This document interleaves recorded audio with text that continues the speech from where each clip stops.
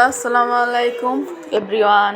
আশা করছি আপনারা সবাই ভালো আছেন। আজকে আমি চাল ডাল দিয়ে বাচ্চাদের জন্য অল্প উপকরণ দিয়ে খিচুড়ি রান্না করে দেখাবো। এই যে দেখতে পাচ্ছেন, এক পট চাল নিয়েছি, ভাতের চাল, আর 2 মোট ডাল, 2টা বটবুড়ি দিয়ে লবণ দিয়ে সিদ্ধ বসাই দিলাম। এই যে সিদ্ধ হয়ে গেছে আমার ভাত।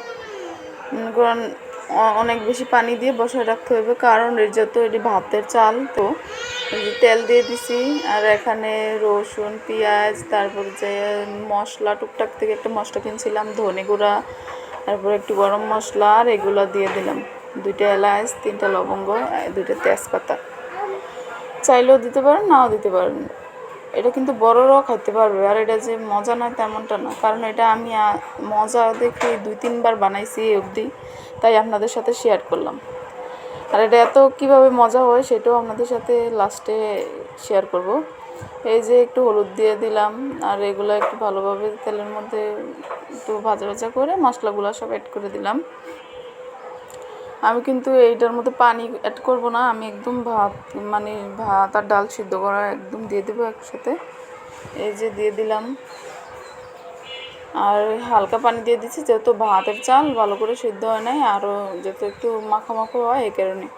এই যে দেখতে পেতেছেন, এটি হচ্ছে নুডলসের মশলা, বুঝছেন। আমি তো নুডলস মশলা দিয়ে খাই না, এই কারণে মশলাগুলো রেখে দিই। আপনারা যদি মশলা না থাকে তাহলে যে 5 টাকা দামের ম্যাজিক মশলাগুলো দিতে পারেন, ওইডি আর এডি একই ধরনের, বুঝছেন। তো এই যে ভালোভাবে নাড়ানাড়ি করতেছি। এই পর্যায়ে দেখতেছেন কালার আসে না, যখন ঢাইকা দিবেন তখন দেখছেন এই যে কত সুন্দর কালার চলে আসছে। এইটাই কিন্তু আমাদের মেন লুক। কিন্তু আর একটু বসায় রাখবো আমি, আপনারাও বসায় রাখতে পারেন, নাহলে এই পর্যায়ে খাইতে পারেন। আমি এই পর্যায়ে আমার ছেলেরা একটু উঠাই দিছি খাইতে, ওর এটা অনেক ভালো লাগে। ও কিন্তু ভাত তরকারি কিছুই খাবার পারে না, 2 বছর শেষ হয়ে গেছে। এই খিচুড়িটা আবার একটু খায়, তার জন্য আমি রাঁধি। 2-3 বার রান্না হয়ে গেছে অলরেডি। এই যে আমার ছেলে খাইতেছে একলা একলা, ও খাইবে, আর খাওয়াই দিতে বলে রাজি হয় না, ও একলা একলাই। আশা করছি ভিডিওটি ভালো লাগছে। ভালো লাগলে অবশ্যই লাইক, কমেন্ট, শেয়ার করে দিন, পাশে থাকা বেল আইকনটি অন করে দিন। আল্লাহ হাফেজ।